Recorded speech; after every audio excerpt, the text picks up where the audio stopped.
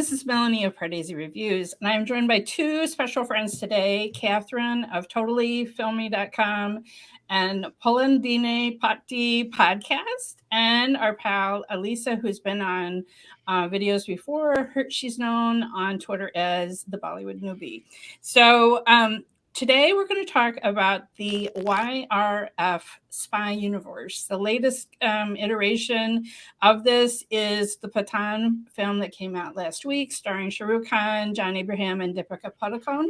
But officially, the YRF, the Spy Universe, contains now 5 films. 4 films, and then the 5th one is coming.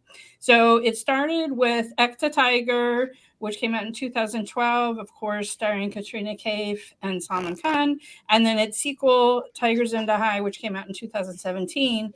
But really, so those were sequels, but there wasn't an idea of having an entire spy universe until the film War, which came out in 2019. Now that's Siddharth Anand, the director of Pathaan. That's his film with Hrithik and Tiger Shroff, of course.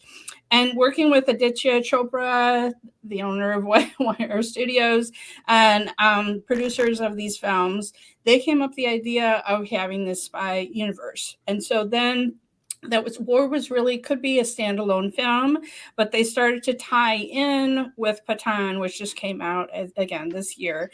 And then the film that's coming out on November 10th, which is the 3rd in the Tiger series, which again will have Salman Khan and Katrina Kaif, will have cameos of Hrithik as his Kabir character and Shah Rukh Khan as his Pathaan character. So looking forward to that. I can only imagine how crazed I'm going to be. I was watching the Anupama Chopra interview with Siddharth today and talking about, and like to hear Anupama Chopra, she's like, when you saw that scarf of tigers, didn't everyone lose their shit? I was like, and I'm like, how much are we going to lose our cool when they have all of them in the same film? And so something to kind of sum up what the whole, why it just audiences are responding so much. There was a tweet today by our mutual Omkar Kulkarni, who said, in an era that is content driven more than anything, people need that dose of stars and nostalgia Bollywood as well that delivers the right kind of old school entertainment with a modern twist. The Spy Universe does that. Now, I have to say, it was Alisa, I know, loved War. I wasn't surprised that she was going to be excited to see Pathaan. But Katherine, just so you know, like she mostly follows Malayalam cinema, and I was just like, really? You're a fan of the Spy Universe?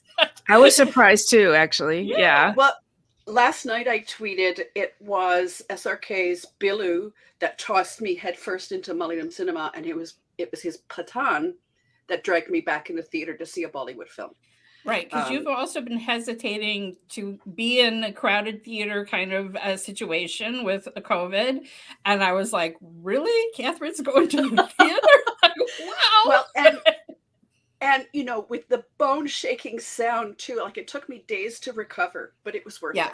They definitely turned it up to 11. And you really wanted that collective experience because like in the US, I don't know if you experience this, Mel, but often I will be like literally me and 2 other people in the theater. They generally aren't crowded, but for this film, whole families turned out. It was like 8 people filling a row in the theater. People were so excited. It was an event, multi-generational. So this was definitely, and then also on the level of spectacle to see, because I saw War in the theater also, and like these films are really made to be seen on a big screen, right? Which is of course a very deliberate choice of Sid Anand, who really is recreating these spectacle films, as Omkar mentioned. Yeah. I mean, one of our mutuals said that her husband described it. It was like the Michael Bay kind of films of Bollywood.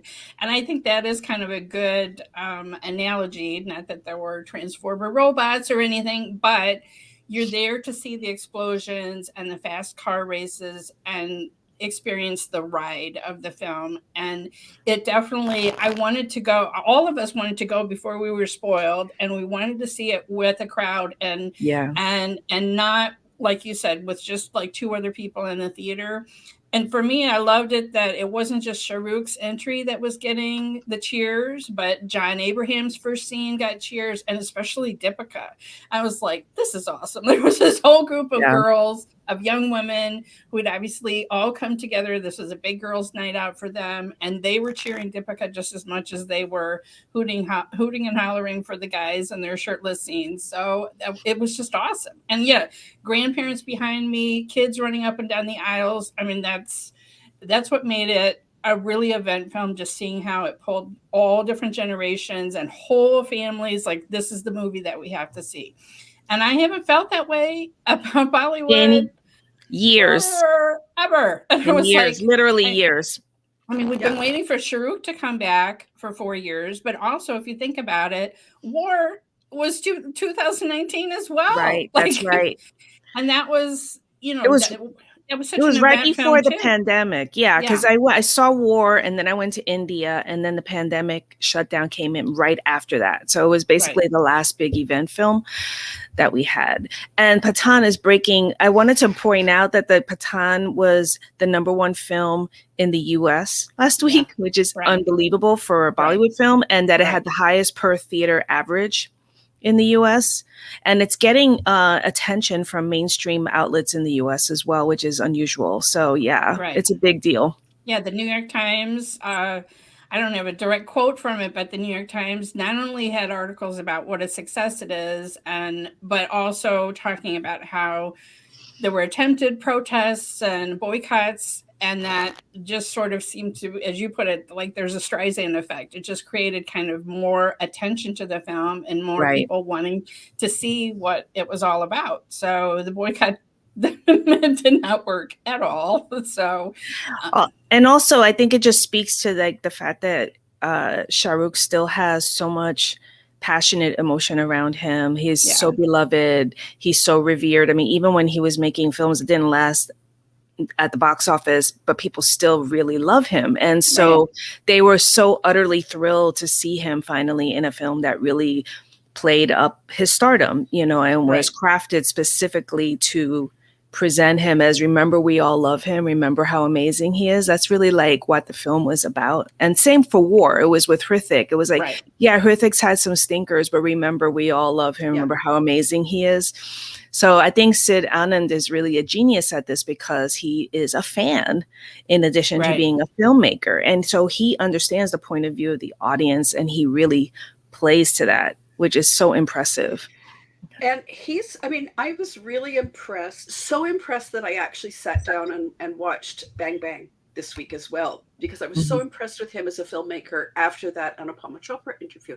And he talked about creating that cameo with Salman too, and how you have to balance these two fandoms. You have to make sure you're not overshadowing Shah Rukh Khan, who's the hero, but you really have to give Salman a bigger place in the film than you might give him. And even the placement of that cameo, that was so interesting. Like, it can't be the climax because Shah Rukh has to win over against this villain by himself, but yet it was great to have it be a flashback scene.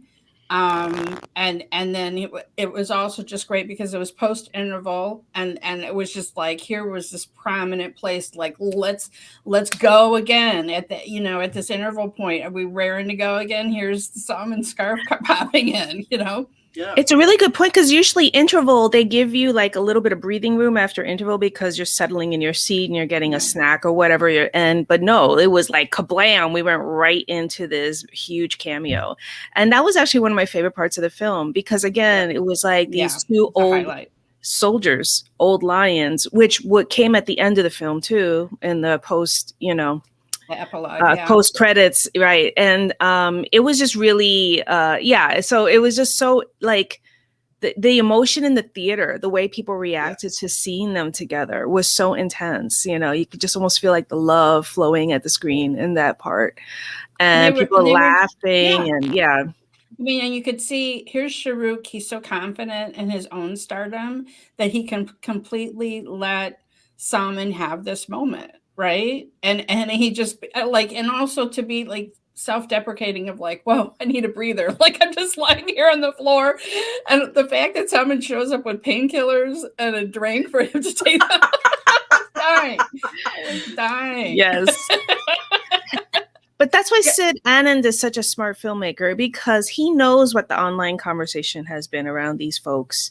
They're getting over the hill. Who's the next generation of stars going to be? And he's like, wait a minute. Nope, not yet. Yes, they need the painkillers. Yes, they need the booze, but they're still stars, and don't you forget it. And we're going to present them to you. So it was really cool. That interview with Anupama Chopra was fascinating. I'm glad you guys clued me into that, because how he has crafted each film, and it's actually from the beginning of his career, from doing his first romance film with Saif Ali Khan. He was like, that is safe, like always late to every appointment, whatever, like how he really crafts and writes the film around the actor that is going to be. And the fact that I think, they had all the action set pieces in place, but working with the dialogue until they knew they were working with the actor, wanting to make sure that it was organic for that particular star to say those particular lines. I thought that was just so interesting, the whole process of how it was, the film was crafted. The person who wrote the dialogue said something really interesting, which is that for Swadesh or Chak De India, you can't have Shah Rukh saying his typical Shah Rukhian lines. It doesn't work. However, for this film, you want to hit his image as hard as you can, because that's what this film is about. Right. So, yeah. It's funny because the film is like, so all the spy films are kind of dumb in a way. Well, I should actually qualify that. Like the ones that Sid Anand made, and I don't say that in a pejorative way. They're just big, dumb, fun action movies, but they're crafted in a smart way. Like they're like, forget logic, forget physics.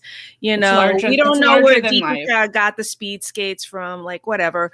But but the right, like whatever. No, but they know like nobody will care as long as they're entertained, and they're very deliberate about it, which is really cool. Right. And the people who are sort of giving some pushback, these are the things they point to. And it's like, you know what? You're supposed to have fun. Mm-hmm. You as Alisa said, you're not supposed to care about the logic of all of this. Like I'm interested in film logic as much as the next person. Although it's quite funny because I was mentioning about, Sid Anand in the interview saying, Anupama Chopra asked, what's kind of your limit of what you can do? And he said, well, we have to live within the bounds of physics, essentially. Right. And then she's like, oh, really? Well, my husband is an aerospace engineer. So like the first thing he said coming out of the theater was, I guess filmy physics is like filmy medicine. And I was like, yep. And you just roll with it. Right.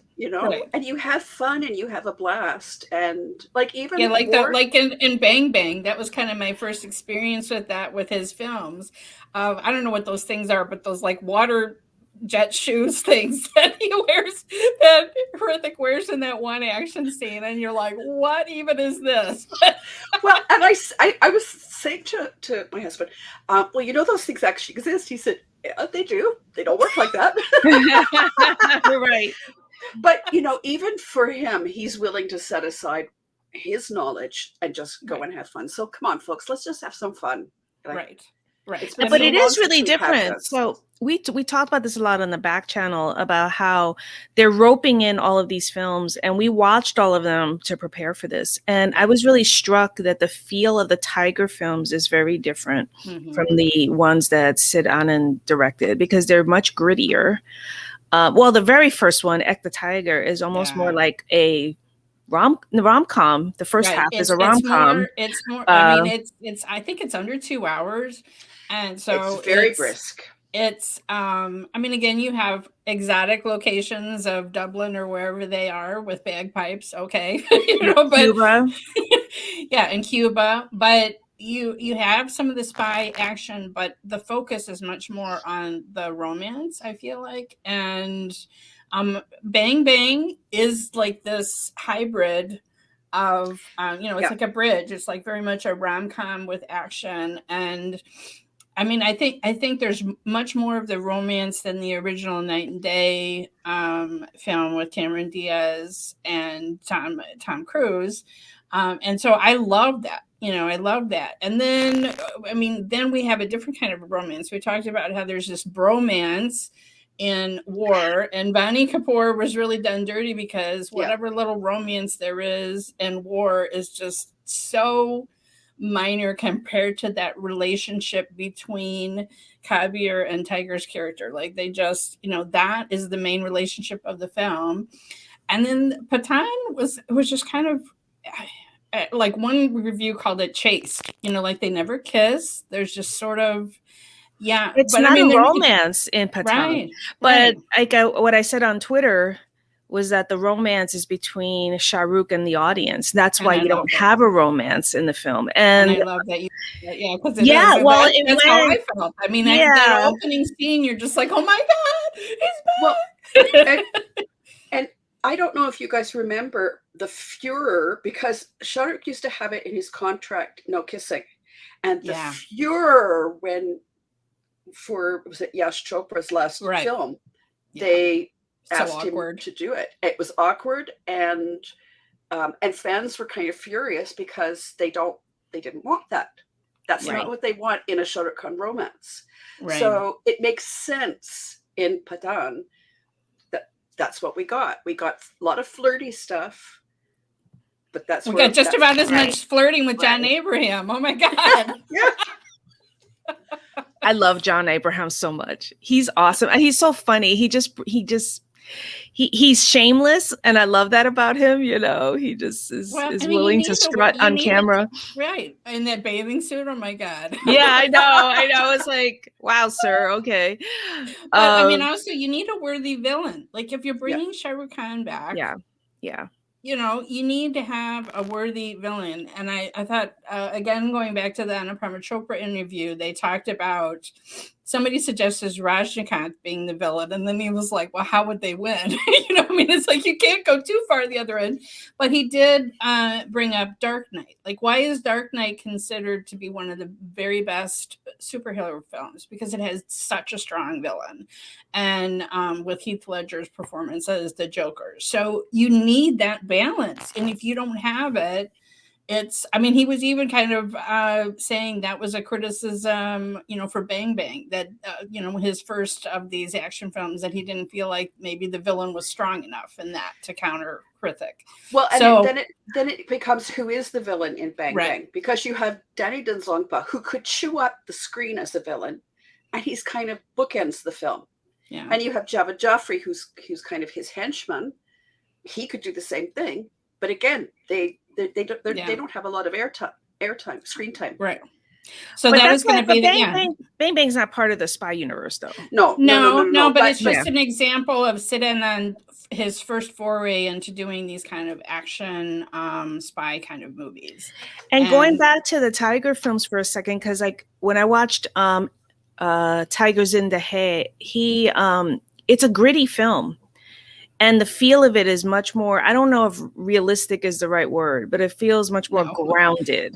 Well, for Katherine and I who have seen Takeoff, okay, so like I would say Tiger Zinda Hai is my least favorite of the Spy Universe, just because Takeoff, which deals with this same story about these real nurses and what they went through as hostages. Okay, but I understand it's a Salman Khan film. You have to have Salman Khan coming in with a Gatling gun and all of that. Okay, right. But I still, it's like the only thing that I love about Tiger Zinda Hai is how strong Katrina's character is. And her action scene is amazing. That's like the highlight of the entire film for me. And also the fact that Salman and Katrina are shown as parents. Like that is really a thing that of these Khans, right?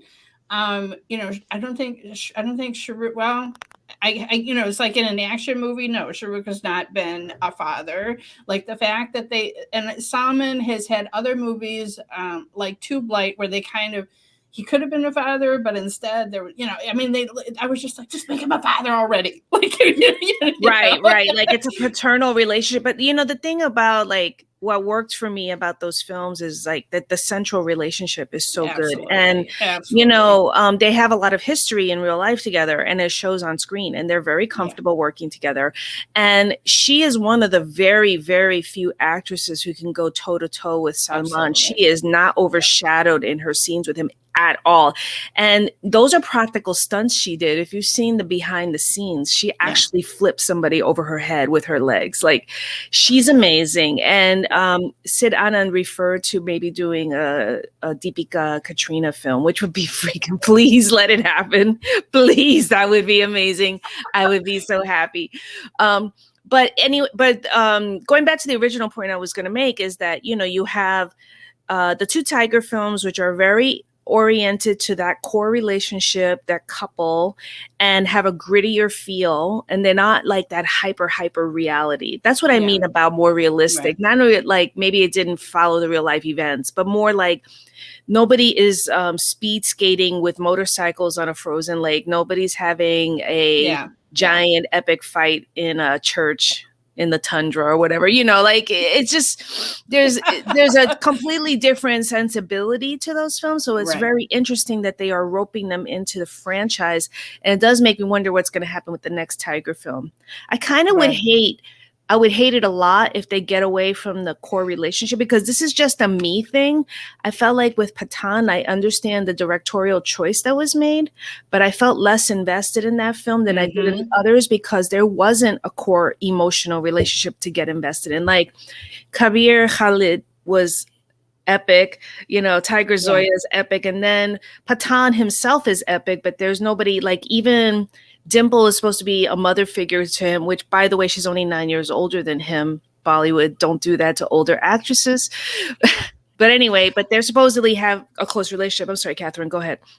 No, but if you the theory that a few people have put forward is Dimple is the Mother India character for both John's character and Pathaan, then that's a little more forgivable in some ways. Yeah. But yeah, like she's a symbol, but like for me though, I mean, I would have loved, it didn't require a lot, but this is to me a flaw of Pathaan. Like I would have liked to seen a scene with him having coffee with her. Or something, you know, or like his team. We literally never see him with his team, other than when they do the intro and talk about the pottery that is repaired with gold, and then you never see them again. So I would, you know, and one thing about War, even though it's snippets, but like you do see Kabir interacting with his team and with the woman whose name, I'm sorry, I forgot the actress's name. I really like her. And she's in Tigers in the Hay as one of the nurses. So in my headcanon, I was like, she got rescued by Raw as a nurse and decided to become a spy. And that's why she's on Kabir's team in the later film. But anyway, you do get those interactions. And I felt like that added a lot to those films. And with Pathaan, those interactions basically don't exist. And even his relationship with Deepika is a little removed. Like she tries to seduce him and he basically doesn't respond to her. So it's a little, you know, for me, it was a little bit like I would have liked to have seen more something. I love the Dimple character. And I felt like the most emotional I got in the whole film was when she has the smallpox and she does have that moment. It's because we're seeing Shah Rukh's reaction to it happen. Again, really well crafted by Sid Anand. Right. So impressive. But I agree. I would have liked a little bit more of their relationship, and we don't get any of his real team, and that's something that they sort of hint at. The Colonel Luthra character at the end of the film is talking about Shah Rukh recruiting more of these kind of damaged soldiers to join his team. And so I'm hoping that further films will show him mentoring. Maybe they'll bring up some new fresh faces that will become part of this spy universe. And sort of, I mean, because that war, Kabir Khalid, you know, dynamic was so great. And it's like, okay, if we're not going to show Shah Rukh in a romance, let him be a mentor, let him be a father figure to some young soldiers, some young spies or whatever. I'm all on board for something like that. And it seemed like they were hinting that could be something to come in the future. So, but I just hope Tiger 3 is not that Katrina is captured and she's tied up for 3/4 of the film and we don't get to see her because Tiger's trying to rescue her the whole. I'm like, please. But one of the interesting things I saw on the wiki page for Tiger 3 is the presence, apparently, of Revati, the Malayalam actress. Oh, wow. Yay! So, yeah, cool. I really hope that's true. And I'm wondering if it's going to be a Dimple kind of role. That would be awesome. She would be awesome at that. Yeah. She played a very strong character in the Malayalam film Virus. And so I can totally see that. It would be amazing. Yeah. And she actually directed most of her films. She's only directed a few, but like 3 in Hindi. And one last year, which was Salam Venki with Kajol, and I'm looking at my notes here, Vishal Jetwa. And he's actually also supposed to be in Tiger 3. So we'll see. So Katherine, what is it about these films and which one is your favorite? What is it that really that attracts you? Because it still boggles my mind how much like you couldn't wait to go see Pathaan. Well, truthfully, Pathaan is my favorite. Although I really love Ekta Tiger because it was very brisk and very tight. I do love the 2 Tiger films because I've gone on this on Twitter too, because Katrina early in her career she's still not a great actress, but she has improved a lot. Yeah, a lot. But early on, it was like, why is she getting all of these roles? She can barely, speak Hindi. She can do that. And she's gone through all of that. And then we watched her work amazingly hard so that she can, do some of the dancing, be excellent at the action. And if you get her in the right project, and I think it has to be a movie star project. She's a movie star.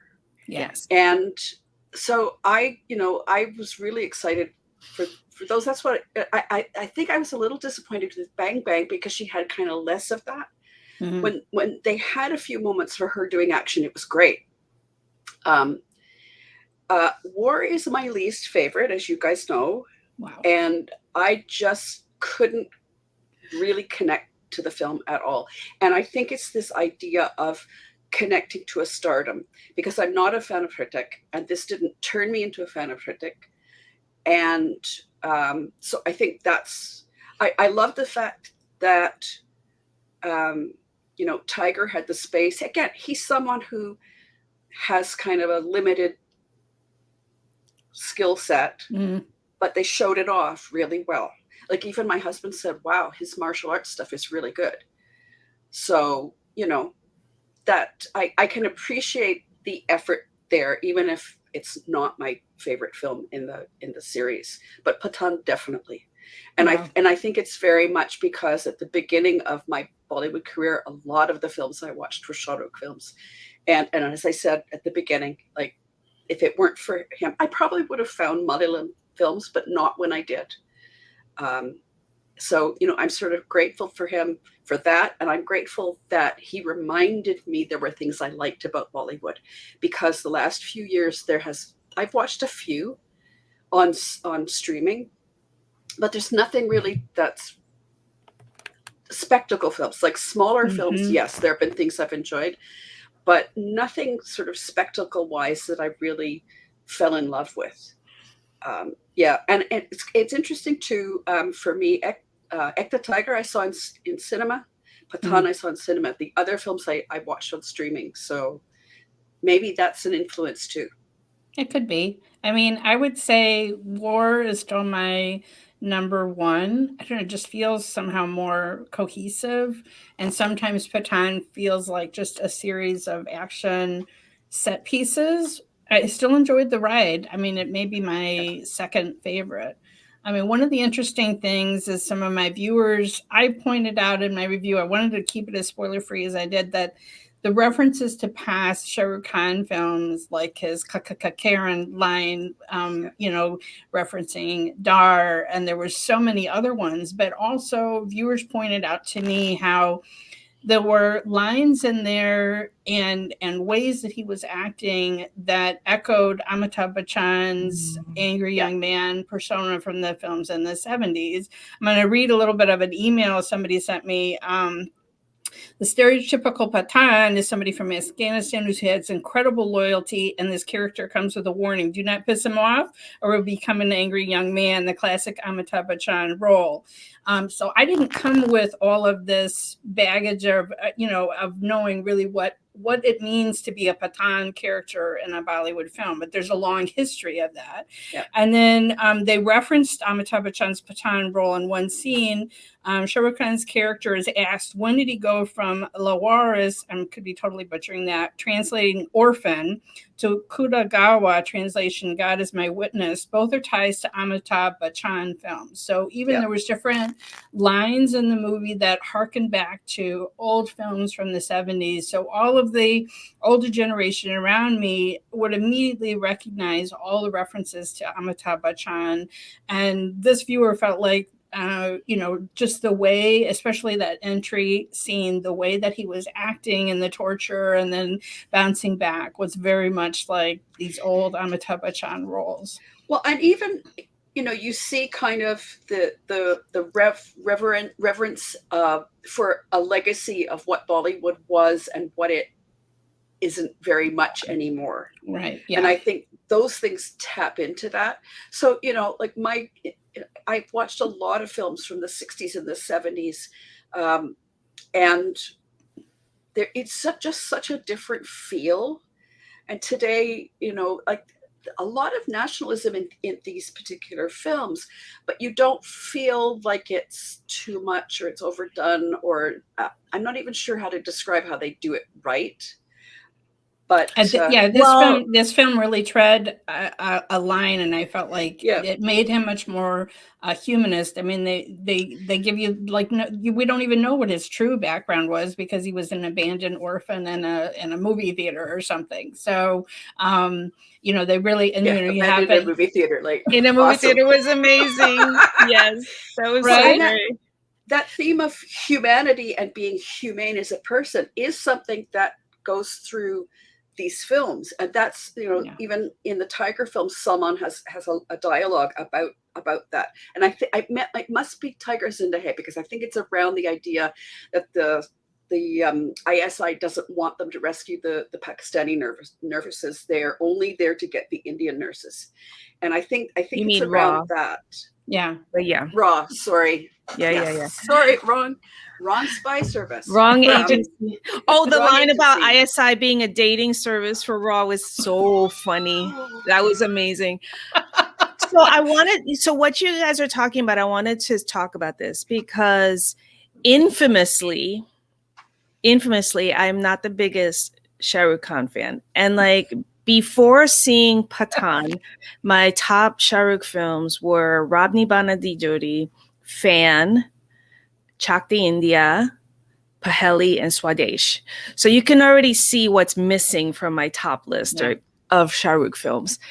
And so I really wanted to see the film, though, because it was such a huge event. And also, I had loved War, and War is still my favorite too, Mel, for the same reasons. And also because I love the central relationship between the two leads. But so I think going into this film, I was not able to really enjoy it on the same level that everyone else was enjoying it because I didn't get a lot of the references. I mean, obviously, I understood Salman and Shah Rukh's interactions very well. I know that Deepika has been in some iconic films with him. I had enough of a background, so I wasn't totally lost. But my son, who's 15 and loved War and saw it with me twice in theaters, was lost. He did not catch any of the references. He didn't know who Shah Rukh was. And he didn't hate the film, but it was definitely a very noticeable lack of enthusiasm for it relative to losing his mind over War. And I thought it was very interesting because you do need to have that history. And like Indian cinema is incredibly self-referential relative to like Hollywood. And as a newcomer, I always feel sorry for the newcomers on some level, because there's just so much you're missing in those early times when you're watching these films. So I do think that you need to come in with that knowledge to fully get the film. And that's why for me, it honestly, like, I think it was, for me, it's War, Ek the Tiger, and Tigers in the Hay and Pathaan are tied, because I loved the Katrina scenes in Tigers in the Hay. Those were highlights for me. She was amazing. But Pathaan, you know, even though I will say that for the first time I watched the film and went, wow, this man is so charming. His just charisma just was blasting off the screen. And so even for someone like me, who's never been a huge fan of his romantic persona and who doesn't get all those references, I was like, wow, okay, this man is a star. This man is, you know, I was really enjoying watching him, even though the film as a whole didn't really hold together for me for similar reasons as Mel. It was set pieces and not a coherent narrative. And also the fact that I didn't get like the Karen line, I didn't get it. So that came late. You know, I read about it after the fact. I didn't get it when I was watching it in the theater, as one example. You know, it's interesting because I just saw earlier in the month of January, there were a couple of films that came out in Tamil cinema, and one was Varasa starring Vijay. And the entire film was a lot of lines. A lot of the gags were references to previous dialogues from other films or dance moves or whatever. And you truly had to be a complete Vijay fan to get it. Now, Rake subtitled that film, so she put in the subtitles. Oh. You know, she said reference from blah blah blah film. You know, so that you would know. You know, this is a you know, referencing a line of dialogue, or this is referencing a lyric from this song or whatever. But this film, like you say, you have to.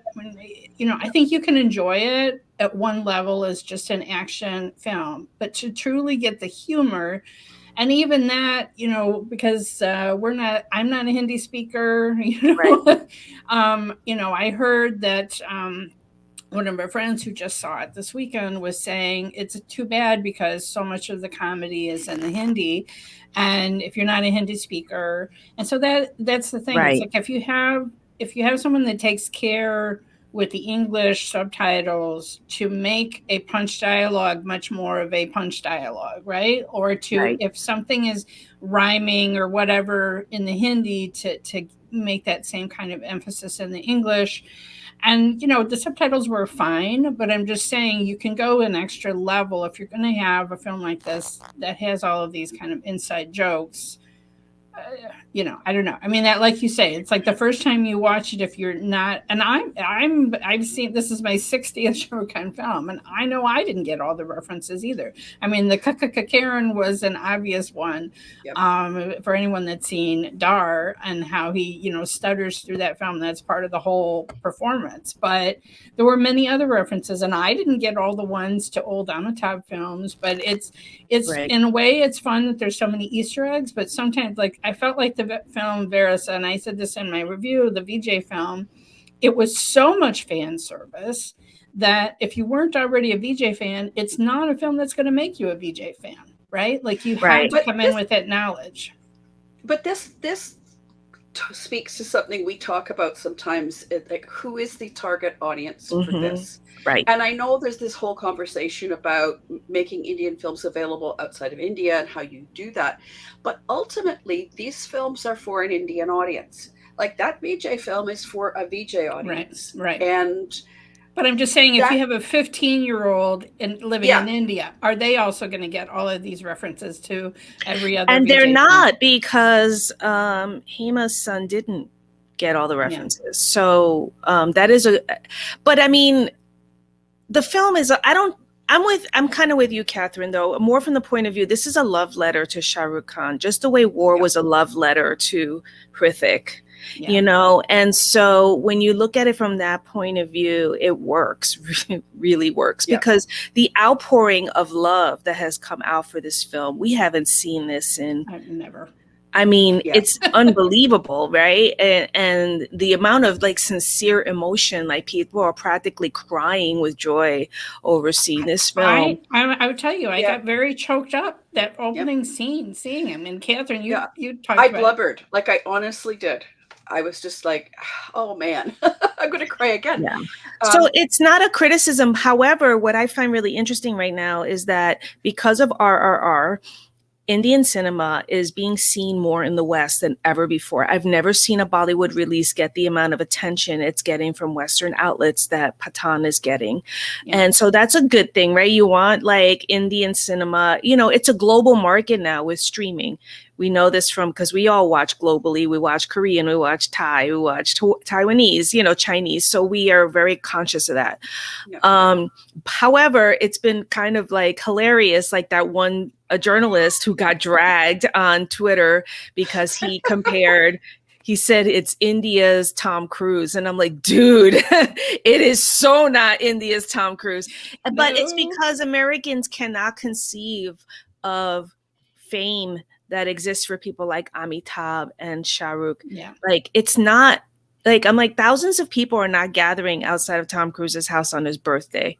Nobody feels about Tom Cruise even remotely in the slightest the way they do about Shah Rukh, right? So I think American reviewers are going to either, I don't know, it's going to be really interesting to see how that all goes. It's kind of like the people who saw RRR and only saw like the tiger fight and didn't get any of the other references, the historical references that, but again, Indian cinema is so layered and self-referential, and it's so rooted in the history, in, you know, the cinematic history, but also the history of the country, you know, and I think that's maybe why one of the reasons it hasn't gone global yet, because as an outsider, it can feel impenetrable. It can feel intimidating. You don't know what's going on. You don't understand the relationships between people. Especially if you see it in a theater. And I've had this experience so many times where, for instance, a character will be walking down the street and a song will be playing on the radio. Yes. Scene, and the whole audience in my theater will burst out laughing. And I'll have no idea. And again, it's I guess it's like somebody watching a movie in America and there's I'll make him an offer he can't refuse, Godfather reference, right? Like if you're at all film literate, you have seen The Godfather, but there's not as much of that self-referencing back to old Hollywood as you find in Indian films. And it is intimidating. I mean, I feel like certain films, like I just talked to Kathy of Cinemando about Om Shanti Om. And to me, that is my yardstick, because every time I watch that one awards party, you know, Diwangi song, and there's so many references to past Shah Rukh films and all these older stars that are in the film, and even music cues of Rajnikant's robot film and whatever. Like each time I see it over the years, I get more and more of the references. You can just enjoy it as a 9-minute song, you know, on its face.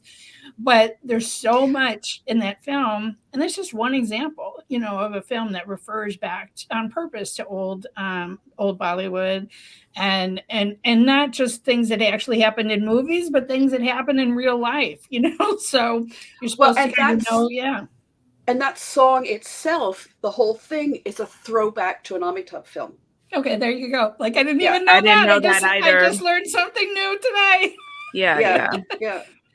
It's really remarkable. Like, just, you know, I've been watching for 7 years and I still feel like my handle on Twitter is Bollywood newbie. And I totally still feel like a Bollywood newbie, because there's just so much going on all the time.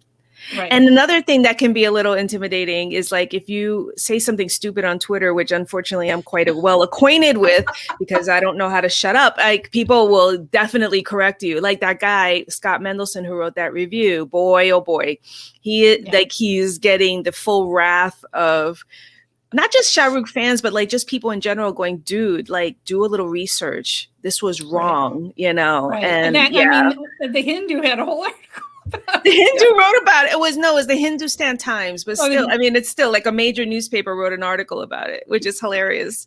Well, and this is like we don't, I think, realize how much time we spend and what we learn. And I think you come to realization, as Melanie said, that the more you watch, the more you read, it takes a lot of work to engage with this cinema. And I think the problem we're going to see right now is like major outlets are going to throw it to, you know, whoever deals with film, and they're not going to have the background, and they're not going to have the language.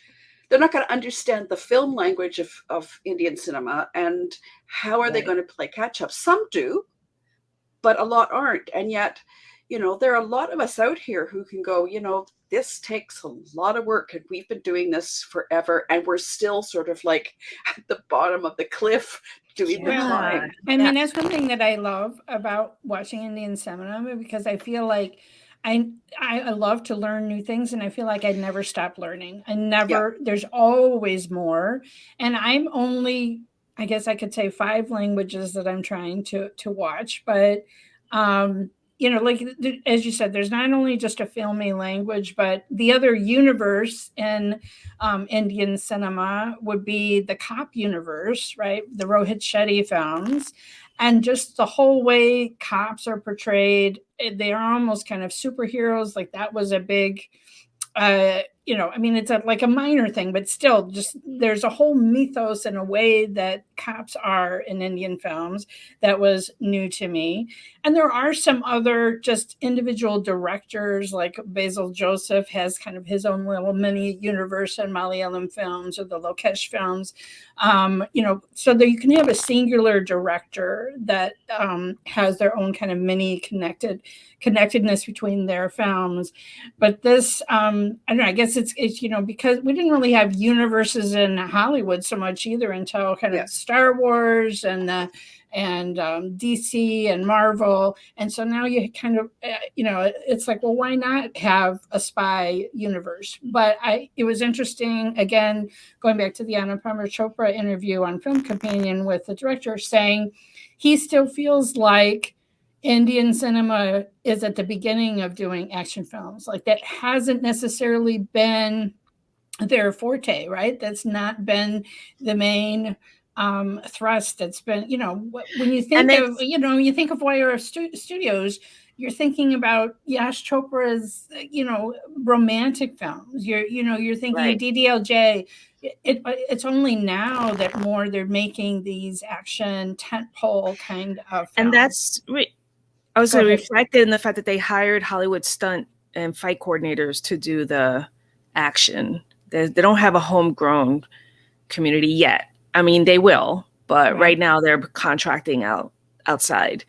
And I'm thinking, though, that might actually be the entryway for these films to go wider, and for people outside of India to sort of find their way into the films, because a good action scene is a good action scene. Yeah. And, you know, you don't need to know anything other than, wow, that was really cool, right? Like one of my favorite scenes in War is when they're in a shootout and like Hrithik and Tiger are literally doing balletic leaps in the air with their toes pointing and like twirling around each other. And it's hilarious. It's absolutely hilarious, but brilliant at the same time. And that anybody could appreciate that, you know, right. Like, the sheer athleticism and grace of the way that because they're both such good dancers. I mean, I know Tiger's also a martial artist, but just their dance makes that action, just like you say, it's almost like watching a ballet. It's like it's gorgeous at the same time. It's over the top.